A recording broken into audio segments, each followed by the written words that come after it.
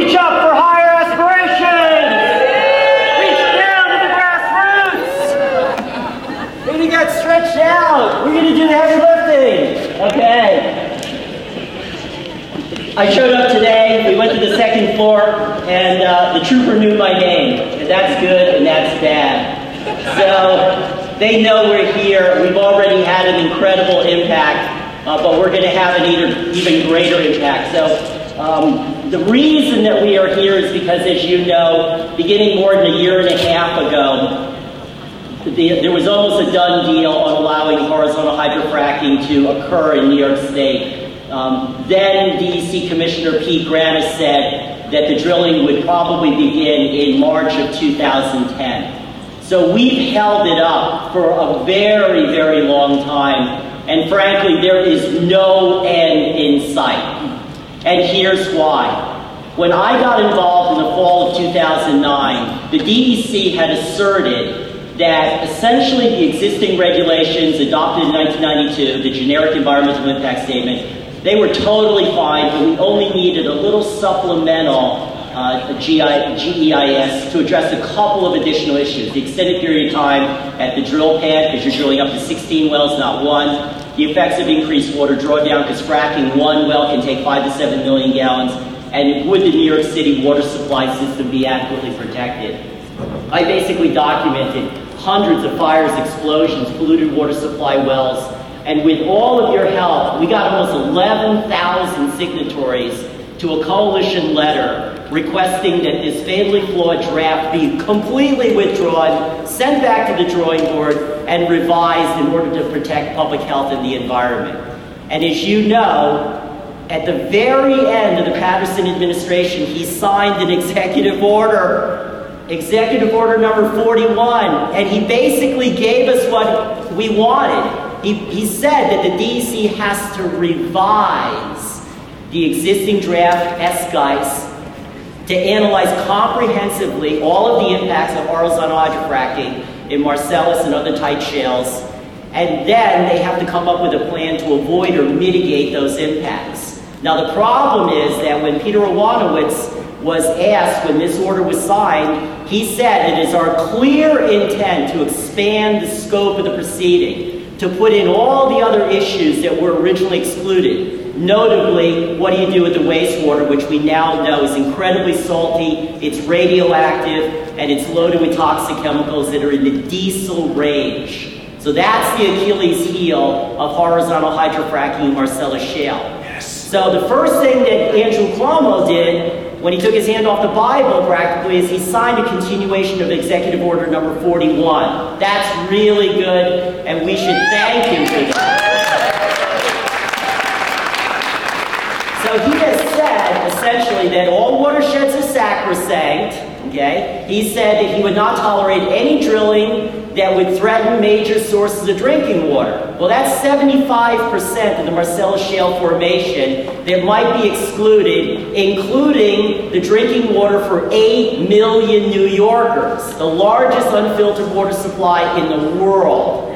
The problem is that Joe Martens, the DC commissioner, okay, has not said that he's going to expand the scope of the proceeding. He said he's going to finish up the review of the comments. He's going to come out with a new draft, okay?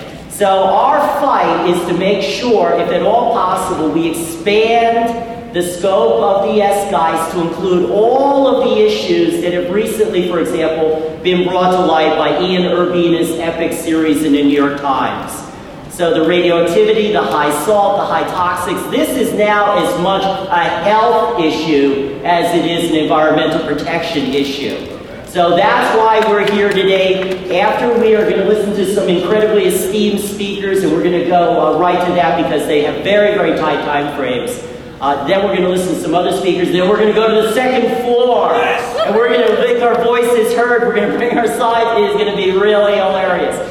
So now, against that background, I want to introduce someone who has been of just incredible assistance to our movement. She has been a leader. She has fought. She has never relented. I mean, this is the kind of representative that you can be proud of, and I am proud that Barbara Lifton is my representative.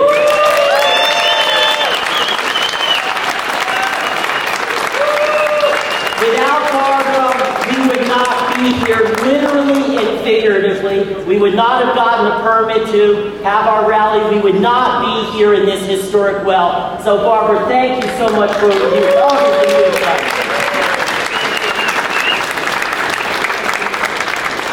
Thank you, everybody. It's great to see you all here. It's wonderful, and maybe we're going to see a few more people straggling in as we go. I want to return, the mutual admiration. I know all of you know all the work that Walter has done for the last year and a half, really giving over his time day and night. I routinely get emails at 11 o'clock at night, midnight, and so literally, also very literally, we would not be here, I don't think, without the efforts of Walter Heng. In spite of all the work and efforts so many people have done, Walter has a lot of experience in state government around the Capitol and with environmental issues, and it's been invaluable to us. I'm going to speak to you in a little bit, but I've got a number of colleagues. I've talked to a number of my colleagues that were very eager to come and talk to you, and some of them are in very tight schedules. So I'm going to just introduce some of them to say a few words to you, and then I'm going to come back to you and talk to you a little bit more. But Assemblywoman Deborah Glick here from the 66 from Manhattan, Lower Manhattan.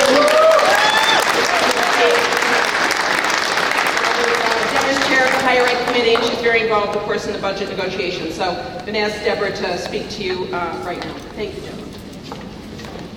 First of all, let me thank all of you for being here and putting a face on the issue and raising your voices in support of clean water for all New Yorkers, not just the people I represent.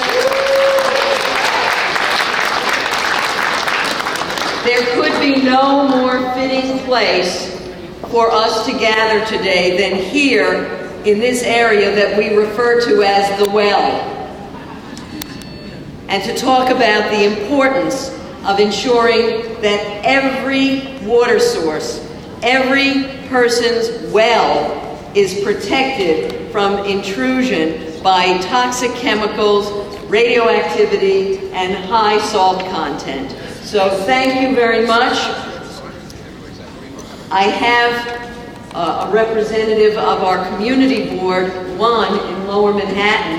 Catherine McVeigh-Hughes is a staunch supporter of the environment and pointed out to me, since I've been here all week and not necessarily knowing everything that's happening in the district, that Community Board 1, which is the area that includes the World Trade Center, just to give you an idea of where in Manhattan that is, Community Board 1 came out with a strong, unequivocal resolution in support of expanding the scope and calling on the governor to maintain his commitment to ensuring that we have safe, clean water throughout the state of New York.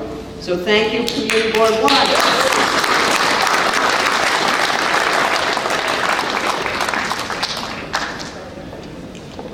Without water, there's no possibility of life. So it is inconceivable to me that we would be playing Russian roulette with the most vital and increasingly scarce resource that exists on the planet. I don't know, about maybe 6 months ago, National Geographic did this expansive article, an entire issue, on water. And it is clear that across the world, and even in this nation, the issue of fresh, clean water is our future crisis. It's happening all over the Southwest. There are issues about how we can manage to keep large cities going when there have been drought after drought after drought. This is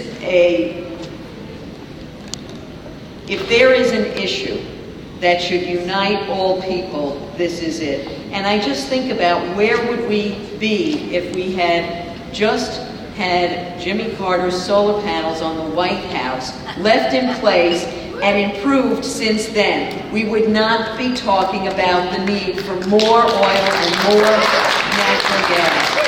So I'm committed to this because I am a human being whose life depends on water, clean, safe water. necessarily in a bottle. So I am here to thank you and to commit to you that this is an issue that we will continue to stand shoulder to shoulder on, and to say that we have to expand the people who are understanding this, because it's not just New York City's water supply. I have constantly reminded them that it's also our food shed. It's not just a watershed, it's a food shed, because the food is grown in New York State has to come with clean water. So thank you. I know that we're united.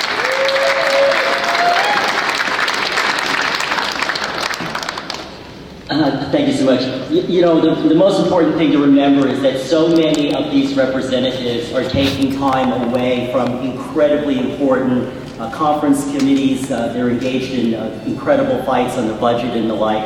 Hey, how many people here are from Binghamton, New York? Binghamton, give a big shout out. Well, you are so lucky, because in Ithaca we have Barbara Lipton, but in Binghamton we have Donald Lopardo. Binghamton is the epicenter of the proposed drilling. I mean, the pressure is on in Binghamton. They want the money. They're willing to throw caution to the wind. So Donna has taken time away from her conference committee responsibilities. She just wants to say a really quick word. But Donna, you have really been such an incredible stalwart through this whole fight. You have really pushed the DEC to make sure that they do their job responsibly and comprehensively. So thank you for really serving as a beacon and enlightenment.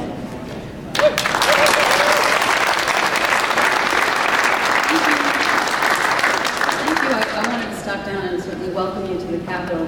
What you're doing is enormously important.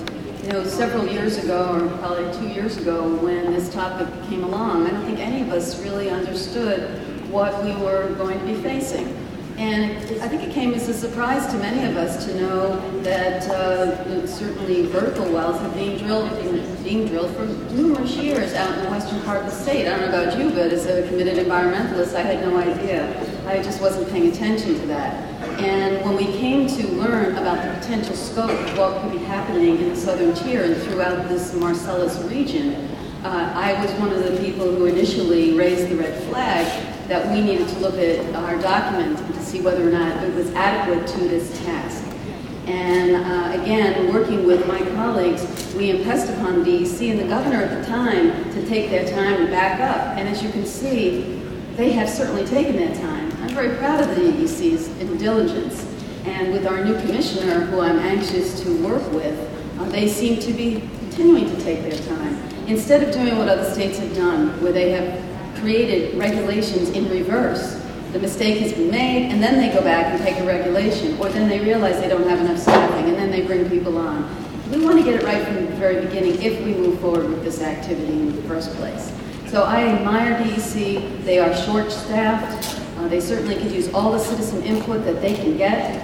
We want to encourage that. And again, working with my colleagues on this important committee, I certainly am committed to being your voice in this matter. I want to wait and see what the DEC comes up with. I feel it's my professional obligation to let them do their work, and then we will micromanage every minute of that and make sure that they have the issues that we expressed initially through those 13,000 comments.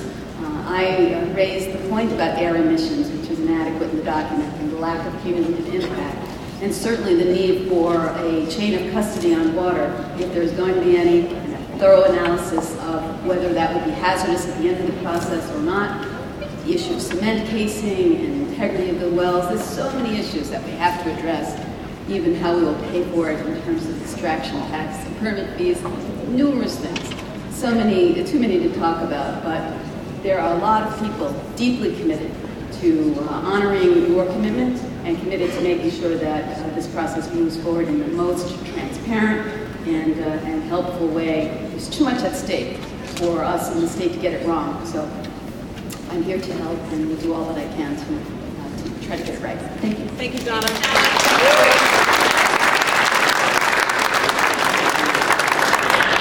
Donna, thank you, Assemblywoman Lopardo. Thanks so much, Donna, for everything you've done on this issue.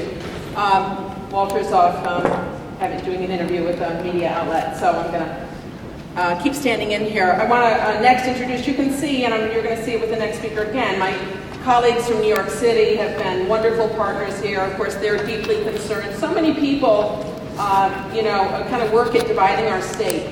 Talking about upstate and downstate and the constant push and pull and divide. I don't think that's a good or helpful thing to do in most cases. As you can see here, we are close colleagues. We work together. We care about the same kind of issues for all New Yorkers. So I'm very proud of the colleagues you're seeing and so many of my colleagues. And I now want to introduce a dear friend and colleague, Assemblyman Daniel O'Donnell. Danny's represents the Upper West Side of Manhattan, the 69th Assembly District. And here's Assemblyman O'Donnell. Got a great attitude.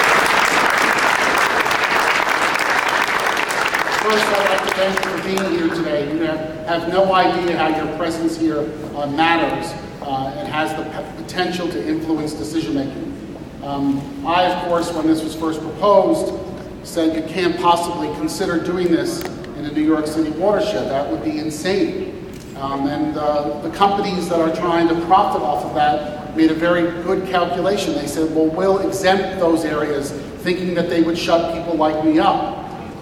That's not likely to happen, A, and Barbara Lifton won't let it happen. And so, in the end, if it's not right for my drinking water, it's not right for anyone's drinking water. It is with no small degree of irony that this is happening today, on the day when the water supply in Japan has been tainted and children can't drink it. One would think on that day that we would all pause and reflect for a second to understand that access to water is access to life. And so I will never step away from this fight. I will never step away from this battle. As long as I'm elected, I will fight tooth and nail to stop this from happening anywhere in this state. Thank you very much.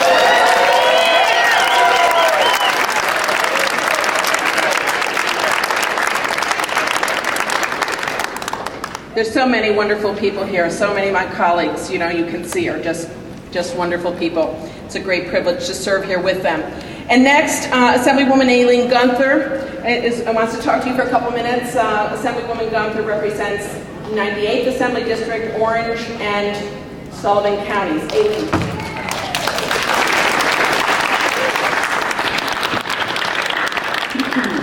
First of all, I want to thank you for coming here today. It's important that you come and make your voices heard in Albany. And you have been coming for the last 2 years, and we do hear, and we do listen, and we do advocate for your position on hydrofracking.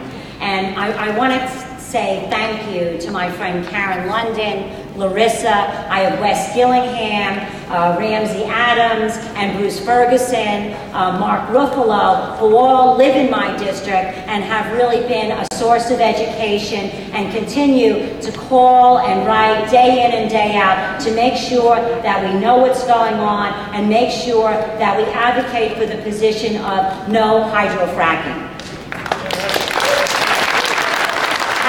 I've lived in Orange County for a better part of my life, and now I've taken residence in Sullivan County for over 30 years. And my husband's family has been there since before 1900. And I learned so much from my husband Jacob, and he was really a true environmentalist. And a long time ago, when we first saw in a convenience store bottled water, he used to say, "Can you believe we're actually paying 85 cents for a bottle of water?" He said, "I never in my life thought that we would come to this day." And then, as Danny said, I heard on the news last night that they're trying to ship clean water into Japan because they don't have any. This morning, I met with somebody from economic development in the state of New York, and we had a discussion regarding hydrofracking.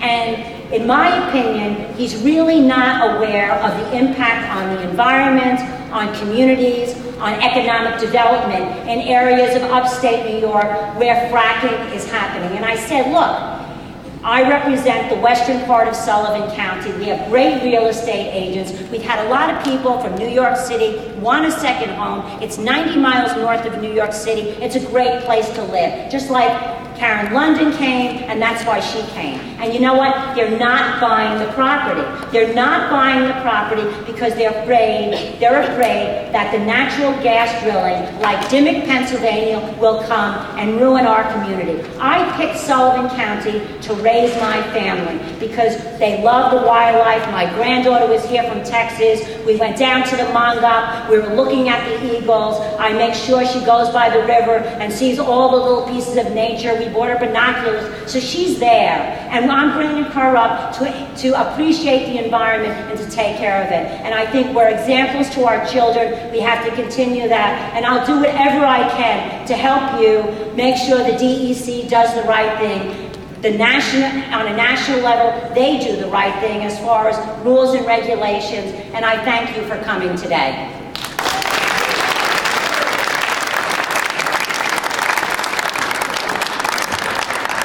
Assemblywoman Gunther, thanks so much.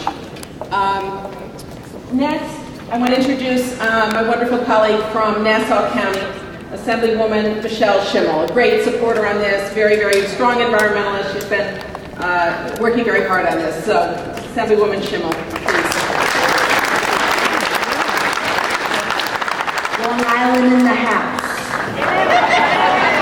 I want to thank you for teaching me what hydraulic fracturing means. 2 years ago, it was Greek to me. I did not know what it meant. Now it is part of my regular vocabulary, and you are to be thanked for that. And Barbara is to be thanked for that. A tireless leader on so many issues, but particularly this is the one issue that I will always be thankful to you for this, for educating me and keeping it on my front burner. And that's not my spigot in my kitchen, on my stove, if you've seen that movie. Carl Sagan, a brilliant, wonderful man, said it best: there is no planet B. We get one shot at Earth. We borrow this Earth, do we not? Is it ours? No, we borrow it generation to generation. When I see that beautiful little girl, I think to myself, what planet are we giving our children? Am I right?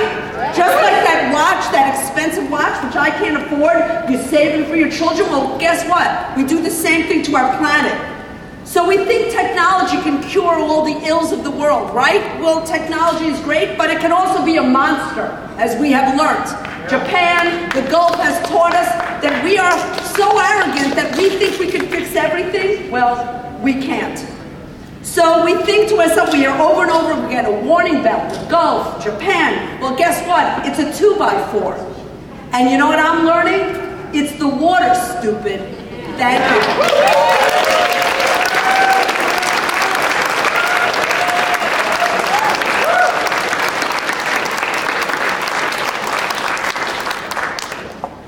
Like I said, she's a true environmentalist. Pretty sure that wasn't a prepared speech. She just swings that stuff out. That's from the heart. I want to next introduce my good colleague, also working very hard on this issue, Assemblyman Brian Cavanaugh from Manhattan. I want to know his district.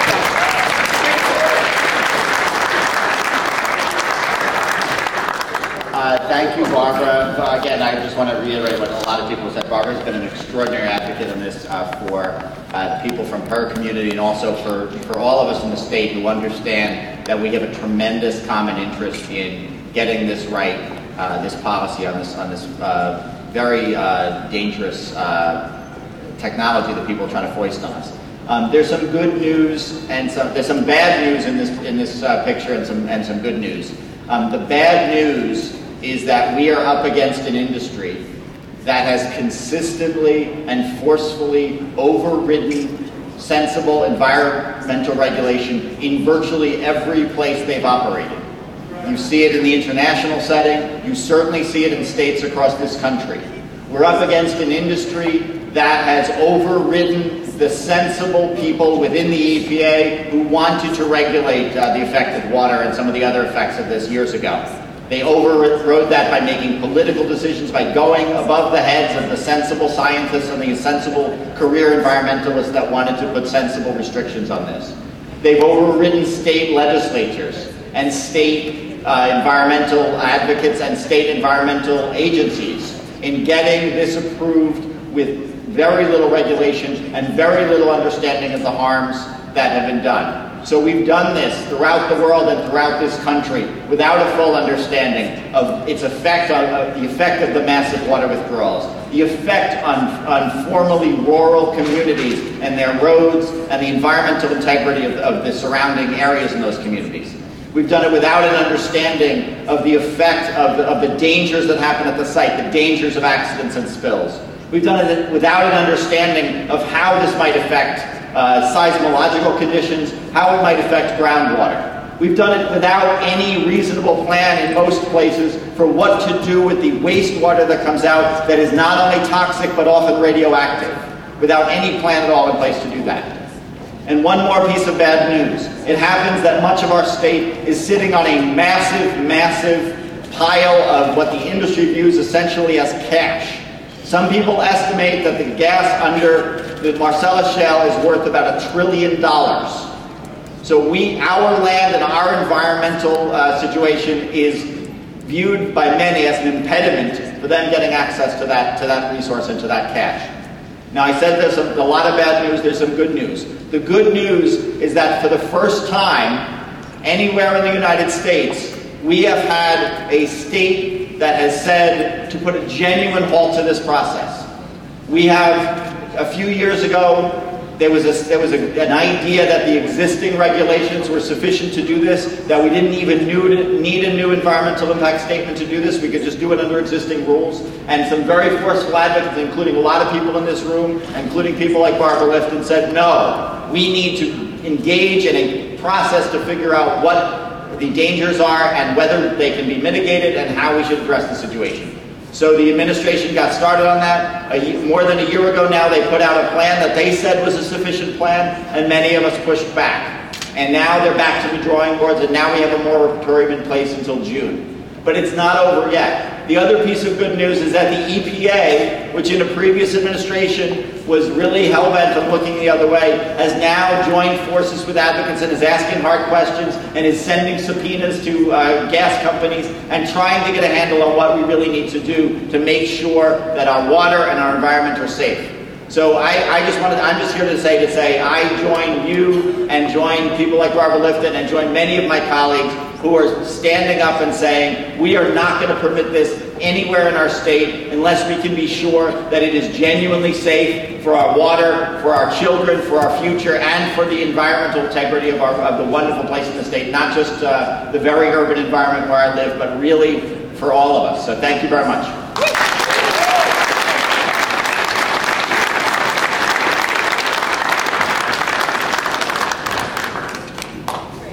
Another one, right? All these dysfunctional legislators, right? Very dysfunctional group.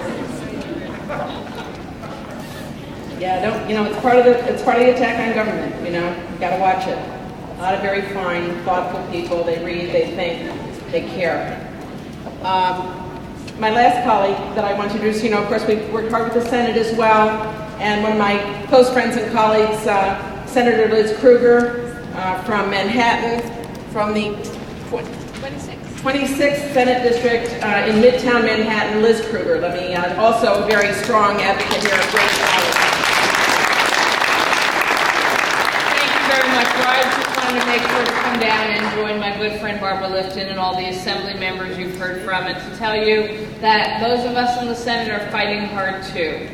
We've learned the lessons. This is a question of science, and we cannot put ourselves, our water, our air, our communities, our children in any risk.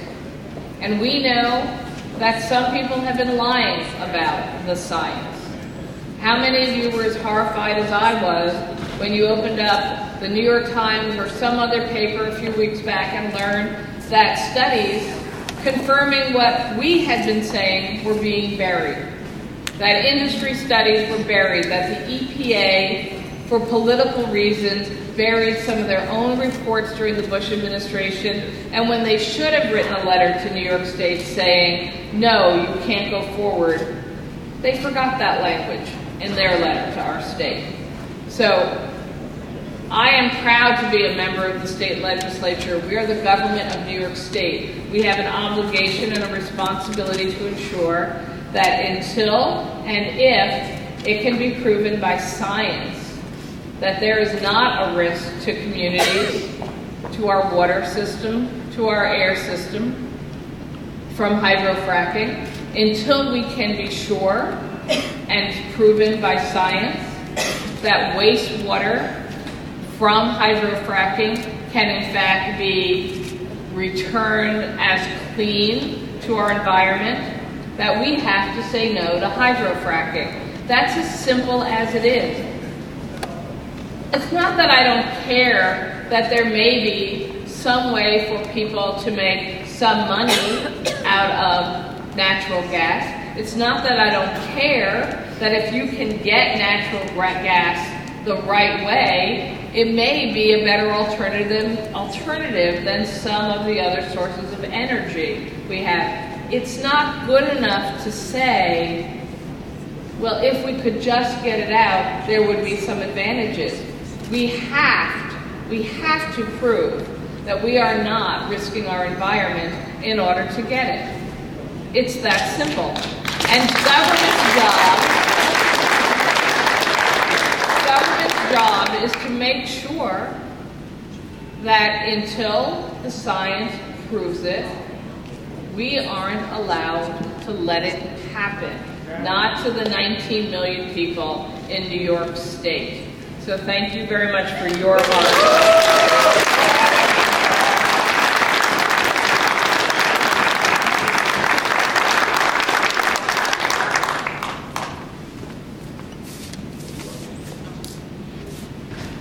Well, one of the people who has really carried the load for so many years, who has never turned down a request to come and talk about horizontal hydrofracking, who has probably killed a few cars by now, is Wes Gillingham.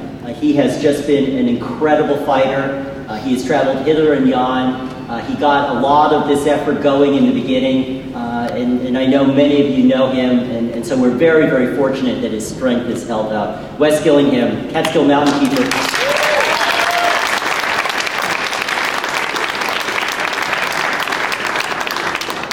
Thank you. So we've already had a lot of speakers. We all know why we're here. We're here today because a few years ago, we got this supplemental process started. When I first opened up the original GEIS, I quickly looked up cumulative impacts. What do they have in here for cumulative impacts? And I get to this page that says, due to the nature of gas drilling, there are no cumulative impacts. I knew right then that there was something really wrong with the regulations in the state of New York. This whole fallacy that we've got the best regulations in the country, even if that were true, that's pretty sad to me. But something needed to be done. So we got the supplemental process started, and where did we go from there?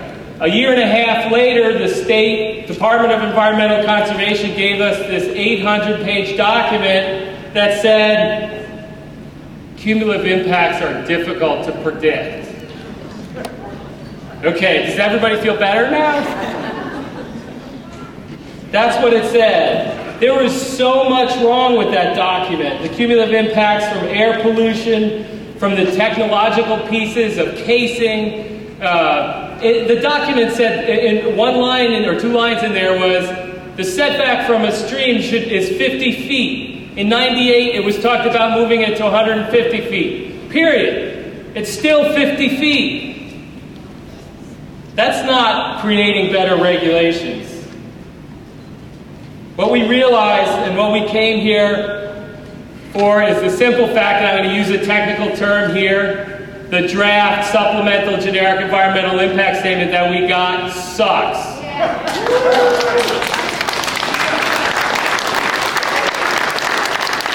The whole idea that they're going to complete going through all that review from the thousands and thousands of comments and then give us something to protect us, and the whole idea that it's going to be done by June 1st is absolutely unacceptable. We have this great poster here and over there with a wonderful statement, but let's see something concrete about that. Throw out the arbitrary deadline, Give the DEC as much time as they need, wait for some of the science come out, and first and foremost, throw out the document that sucks and start it over again. We have some other speakers, so I'm going to keep this short. Just keep that in mind when we go upstairs, and let's make him hear that. Thank you.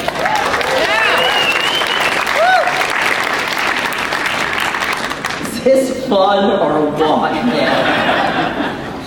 This is the reason I was a grassroots organizer for 12 years. I keep telling myself that in moments when I remember why I left grassroots organizing. Anyway, that's a brief aside.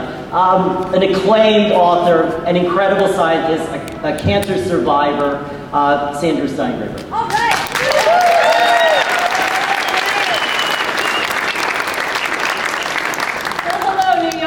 My name is Sandra Steingraber. I live in Tompkins County, New York. I'm a biologist, an author, and a mother of 2 young children.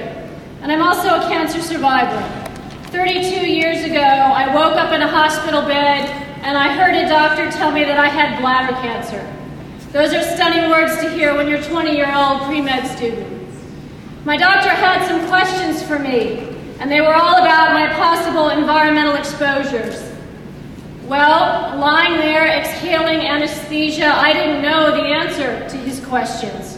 But 15 years later, armed with a PhD, I went back to my hometown to try to find out. And I discovered that my hometown drinking water aquifer was contaminated with dry cleaning solvent. No one could explain to me how it got there. The underlying geology was not supposed to allow that to happen. Dry cleaning fluid causes bladder cancer. I wrote about these discoveries in my book, Living Downstream, which is now a movie. And the research for that book took me across the length and breadth of this nation, where I found out a lot of communities are suffering from groundwater contaminated with chemicals that nobody can explain how they got there. I discovered that there's a lot we don't know about this subterranean landscape that we walk over every day. It's a complicated, unmapped world down there with many invisible, interconnecting passageways that are only discovered when something goes terribly wrong. Right upstream from us here in the Hudson River are communities contaminated with carcinogens called PCBs.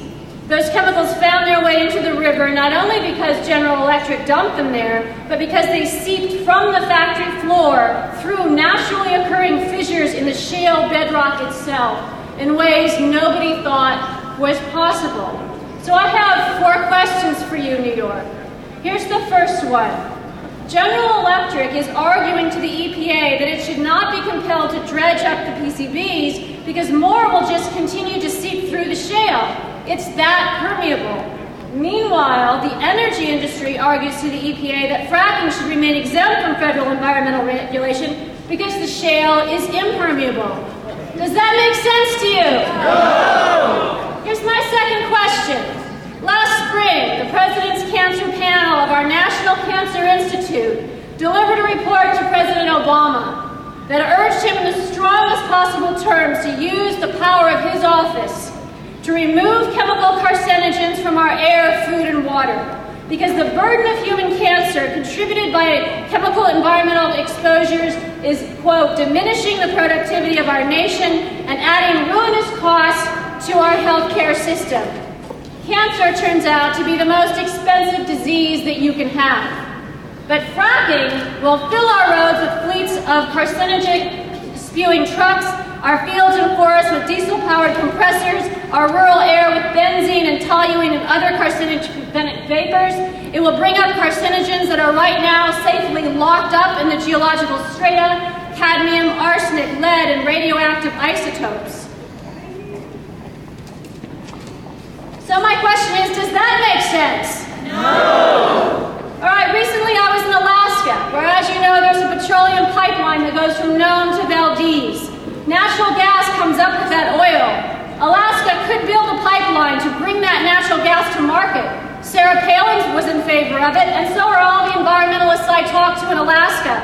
But the project is put on ice, and the gas is just being flared off. It's heating nobody's home. It's adding nothing to our quest for energy independence.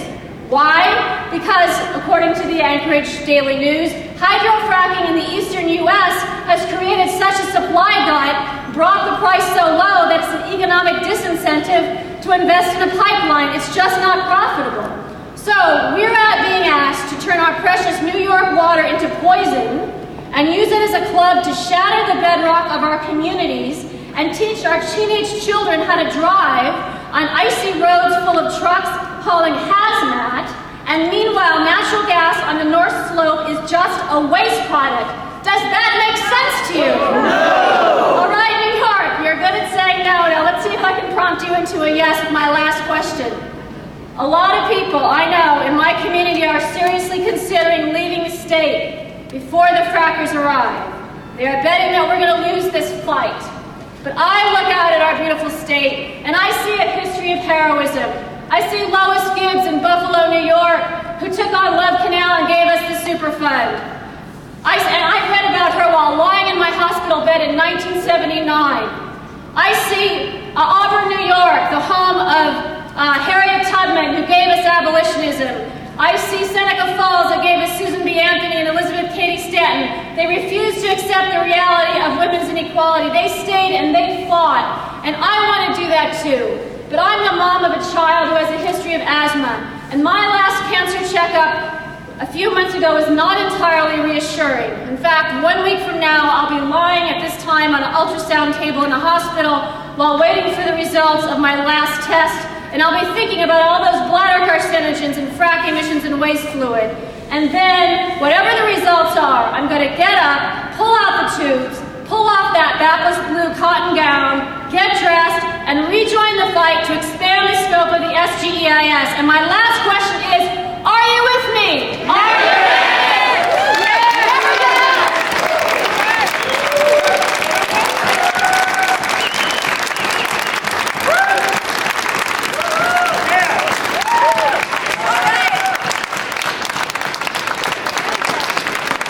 Actually, Lois Gibbs is from Niagara Falls, and I met her when she was a little housewife who had kids that went to a school that was built on top of the Love Canal. And she's obviously learned a lot about how you take advantage of the forces, the tools that we can bring to bear on this fight.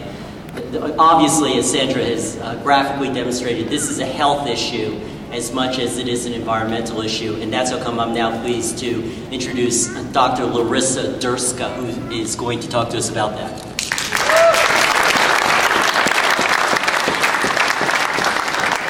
Thank you. My introduction to the SGEIS, to hydrofracking, similar to Wes's situation, was by reading the SGEIS in preparation for the hearing. And I was appalled because there was nothing, there was no chapter, there was nothing about health. The SGEIS fails to protect human health totally. And what we have to do is expand that SGEIS so that it addresses human health issues. It can do that by allowing the New York State Department of Health to be a part of all gas drilling issues, all decisions involving gas drilling issues, and to be a co-lead agency on the SGEIS, which should be expanded to include human health impacts. Until such time as it is expanded, we cannot allow issues that have happened to people we know, people who've just spoken to us, to allow similar situations to happen to our families and to areas where we reside. The human health impacts must be addressed, and they must be addressed before the SGEIS comes out. I'd like to tell you that I'm not alone in saying this. Recently, we sent a letter out for signatories, and the signatories included physicians, organizations that were across the state of New York, included research institutions, medical practices, institutions such as national ones in scope. For example, Physicians for Social Responsibility, the national chapter in Washington, has signed on to this letter. To Dr. Shaw, a lot of you are familiar with this because it's circulated among our groups. And this letter simply asks that the SGEIS include the Department of Health as co-lead agency. What's wrong with that idea?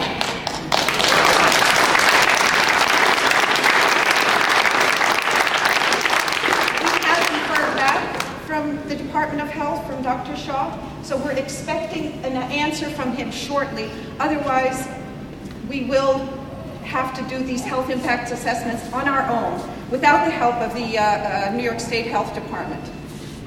What we need to do is expand this area of information to the general public, that your health, that of your children, is going to be impacted. And not only the health department, but the medical community in general must be involved. We have leading institutions of medical learning in New York State. Let's use them to find out how our health is going to be impacted by gas drilling. Anything short of that is inadequate. Thank you very much.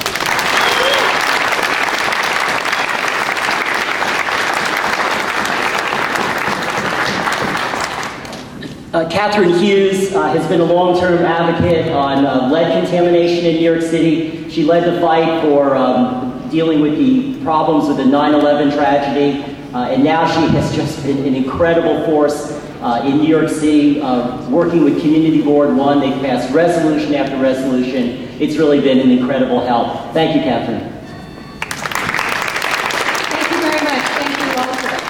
Good afternoon. I am here from New York City, from Manhattan Community Board 1, to make sure that Albany hears one message loud and clear. There's no greater threat to New York City than natural gas drilling in the Marshall Shale. Some people say that New York City runs on finance, on fashion, on advertising, or Broadway. Some people says it runs on transit or real estate. But if you want to stop New York running in just one day, poison the water. And this is no imaginary threat. You don't have to look far to see the threat in action. You just have to look to our neighbors into Pennsylvania, their poisoned wells, their shattered aquifers, flaming water from their taps. In small towns, the drillers bring in water bottles or in trucks. They buy up drinking wells and their money and the jobs they bring. With all that, they buy some silence, but not with us here today. However, no company can afford to replace the water system that makes New York City run for over 8 million people. I'm here from Community Board 1 that knows what danger is. The World Trade Center site is in the middle of our district. On Tuesday night, our community board unanimously passed a resolution to urge Governor Cuomo to withdraw the Department of Environmental Conservation's draft supplemental generic environmental impact statement for Marshall Shale horizontal drilling and hydraulic fracking in the New York City watershed. Community Board 1 is outraged that EPA Region 2 did not have the courage to include in its original recommendation that there should be a moratorium on drilling in the New York City watershed. Lower Manhattan residents and workers call on Governor Cuomo to make good on his promise that he would not support any drilling that would threaten New York's major sources of drinking water. Keep the politics out of our water supply, keep our drinking water safe. This draft EIS is toxic and poisonous for New Yorkers. Governor Cuomo, now is the time to make good on your election promise to New York City. Thank you very much.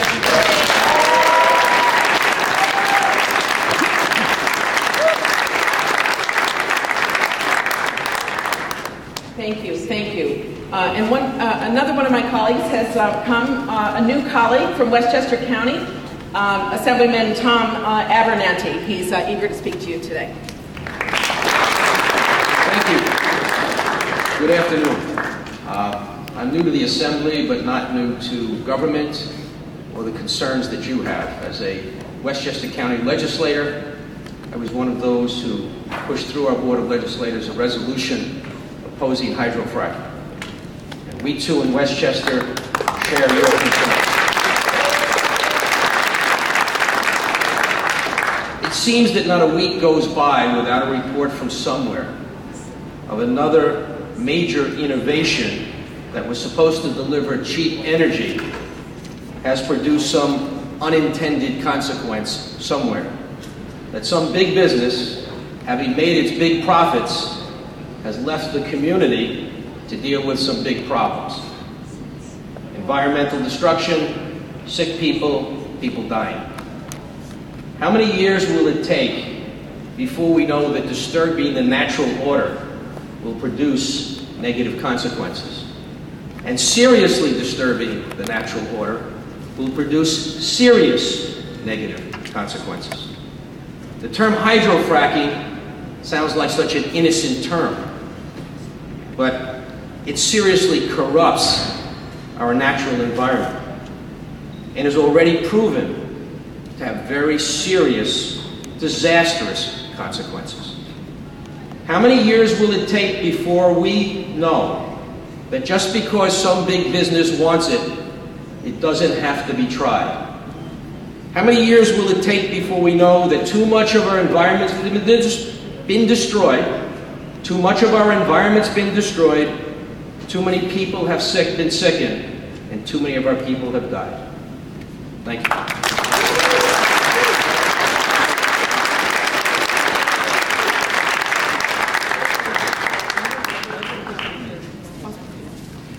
We're really fortunate today to have Gene Still, the legendary organizer from Pennsylvania, with us. Gene, what do you got to say?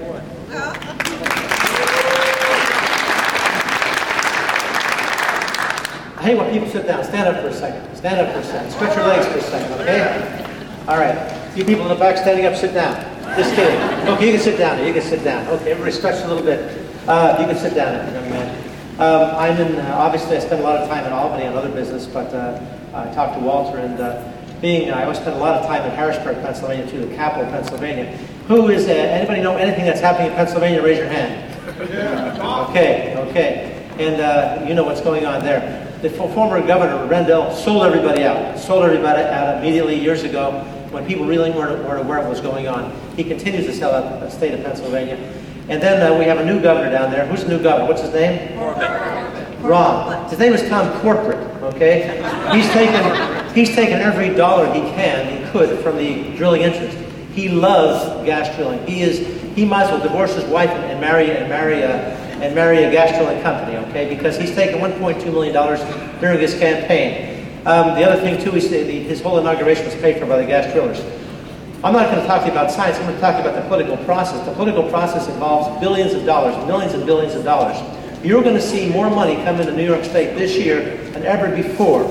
You might be monitoring the environment also, but there's going to be a lot of scandals involving politicians taking money, government officials turning the other way, and whole agencies that are going to turn the other way because of money that's going to influence the state. It's going to be amazing, so keep your eyes open for that in a big way. I'm not talking just about the state level too. Township officials, county officials, authority officials, and things like that. It's going to be so horrible you won't believe it. In Pennsylvania, everything has been changed in Pennsylvania. It is an actual civil war down there. Community against community, brother against sister, land interest against land interest, and it's constant down there, constant.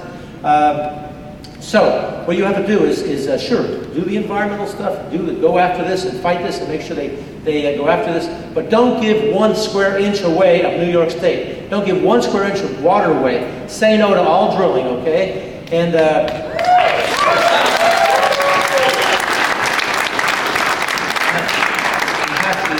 you have to do that. We are losing in Pennsylvania at this point. We are losing in Pennsylvania. I spent a lot of time on the road, many capitals, but in Pennsylvania I go back there, I see how we're losing. The whole state is bought and sold. Both houses of the legislature, Republican-controlled legislature, governor-controlled legislature are sold out. So don't let that happen here. Fight hard. Do it. Do it up hard here, and take a look to your right and take a look to your left, okay? They're the people you're going to depend on in this fight, okay? If somebody says, hey, we'll take care of you, don't trust them. And you got to get more people involved. Go to it. The next thing, I don't see one big prop in this building today, okay? Props, large props, tell the people, they attract the media, which is an educational source, okay? I have a school bus painted red, white, and blue, okay, with drilling rigs on the side, and you're welcome to use it all across New York State. Go out there and talk about this, okay? Just Walter can get in touch with me. But we can do tours across the state. You have to use the media to educate all the people in the state to force this issue, okay? You cannot sleep on this at all. Thanks so much.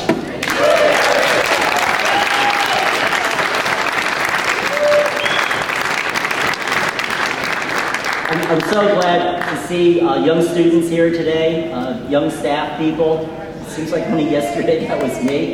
I'm so ancient I can't even run or play hockey. Anyway, when I was 22 years old, 34 years ago, I met Robert H. Boyle.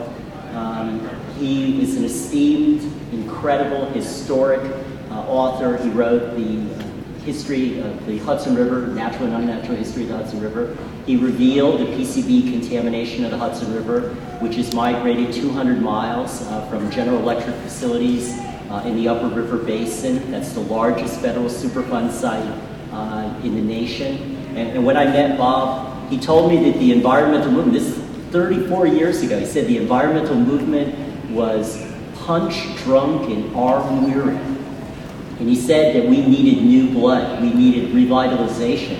And he was right, but he was even more right today. And the fact that all of you are here is a testament to the leadership that Bob Boyle has provided to inspire so many people in my generation to do this kind of work. So I am incredibly humbled that Bob is gracing us with his presence. A big hand for Robert Boyle.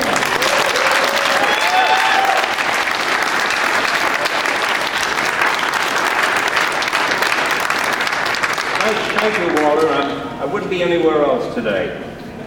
It's scandalous that we have to gather in the state capitol now to protest against the assault on our lands, waters, and lives by the frackers.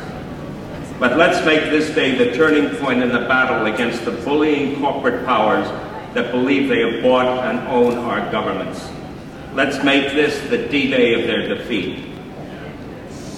You heard about the draft environmental impact statement. Let me tell you this, it smells to me of an inside job.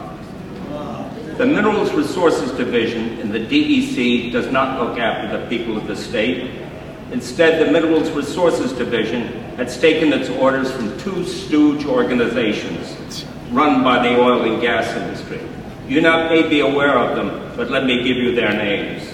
The Interstate Oil and Gas Compact Commission, set up by Congress, and the Groundwater Protection Council, both based in Oklahoma City.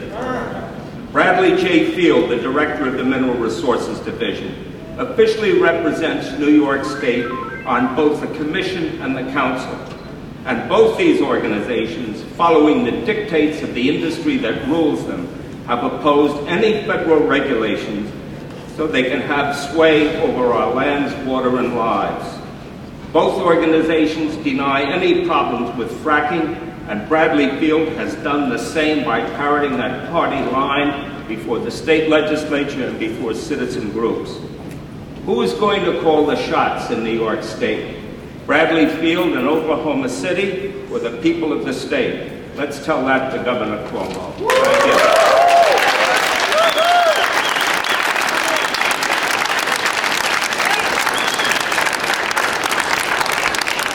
Voice of wisdom and experience. Speaking of, Barbara Lifton's going to send us out, and then I'm going to have just a couple of words, and then you know where we're going. Yes, sir. Thank you. Thank you, Walter. Thank you very much, Mr. Boyle. I look forward to meeting you. Thank you all again for coming today. You know, Woody Allen famously said that 95% of life is just showing up. And many of you have been showing up over and over and over again. I've seen you in Ithaca, I've seen you in Binghamton, and here in Albany at least once, twice, how many times now? Very important that you do that.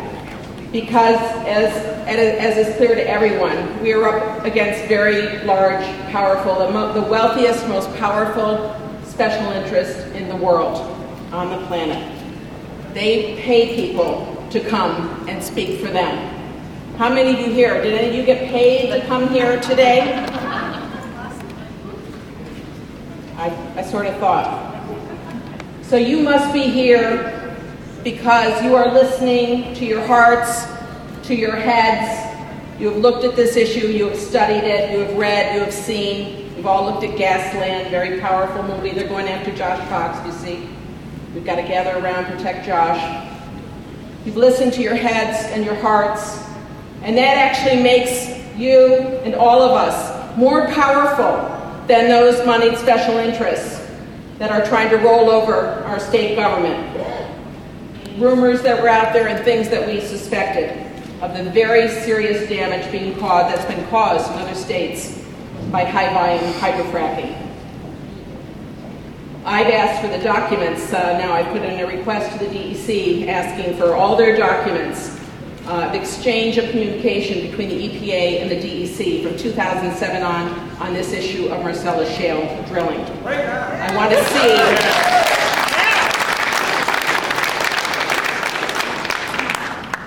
I want to see to what extent the great concerns, the Monongahela River, the city of Pittsburgh out of clean drinking water for 2 months, the city of Pittsburgh on bottled water for 2 months, and to what degree that was communicated to our state as we began to look at this issue of high-volume hydrofracking.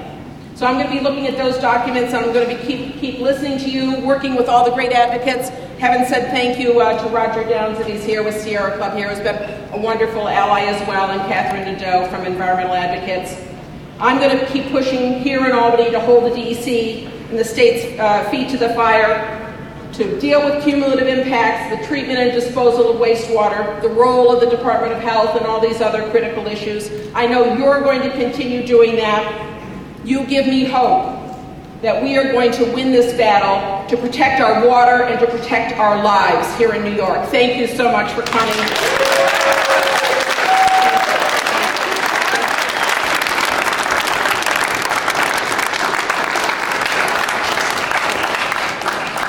Thank you, Barbara, and thank you, Catherine, who is about to drop, I think, her first baby on Saturday. Best of luck. Roger, thank you very much for helping out, reaching out to your thousands of members. I also want to thank Elaine and Ben Purkis. Well, without you helping us, we would just be screwed. You have just done so much. It's just unbelievable. Also, Karen Glauber and the colleagues at IRAD. So, well, this is the big moment. I mean, what is this all about? I mean, when you have all of these elected officials coming here to talk to you, to speak about your concerns, that's power. And the most important thing, that shows respect. And that's what this is all about. It would be lovely if it were just about science, that the science would be presented, and then the public health would be protected, the environment would be protected. That's what I believed when I came here 34 years ago. And then I was very quickly dissuaded of that. It isn't about science. It isn't about the law. It's really about the politics of the matter. And that's why we have been attacking this problem the way that we've been attacking it. That's why we're here today. That's why we've been bird-dogging Andrew Cuomo since last August. And that's how come we are on the threshold of winning this fight, I believe. We are like on the 1 yard line, one big pitch, push it, we're into the end zone. Why do I believe that? Well, yesterday, as we were running around in preparation for coming here, Elaine Purkis made a single phone call to the Department of Environmental Conservation to try to get a meeting with the commissioner, and he cleared his calendar. 3:15, we're going to meet with the commissioner. So,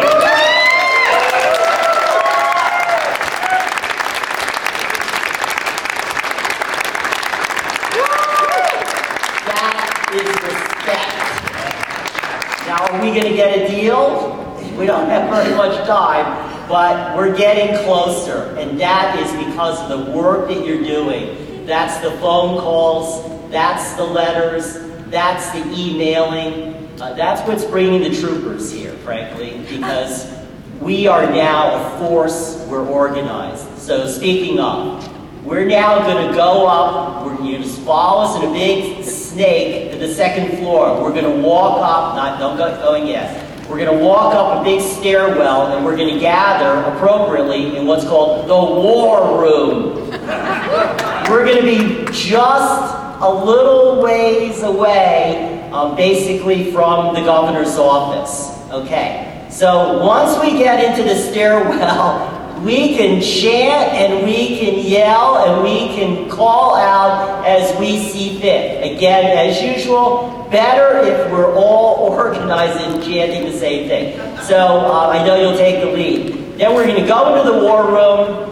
We'll, just have a few comments there. We got to be loud, right? We got to make sure that Andrew Cuomo gets the message. It is going to be really fun. We're going to dwarf the teachers. Okay, so just get ready, drink some water, and then some of you are going to have meetings and the like.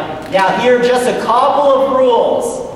Okay, we can't obstruct the stairwell. We're just going to move through, and go to basically the war room. So if in the unlikely event you get asked to do anything by a state trooper, they're very recognizable by their hats. They're very natty purple ties, and you can't miss them. Please do immediately what they ask. Do not, under any circumstances, reach out and touch an officer, okay? So we're all in this together. We're doing great. We're going to go to the war room. We're going to chant and yell. We're going to wave our signs, and I love these signs. I mean, I just love this. All watersheds is sacrosanct, but as Wes Dillingham pointed out, those are just words. So thank you so much for everything that you have all done. It is just another great day of democracy.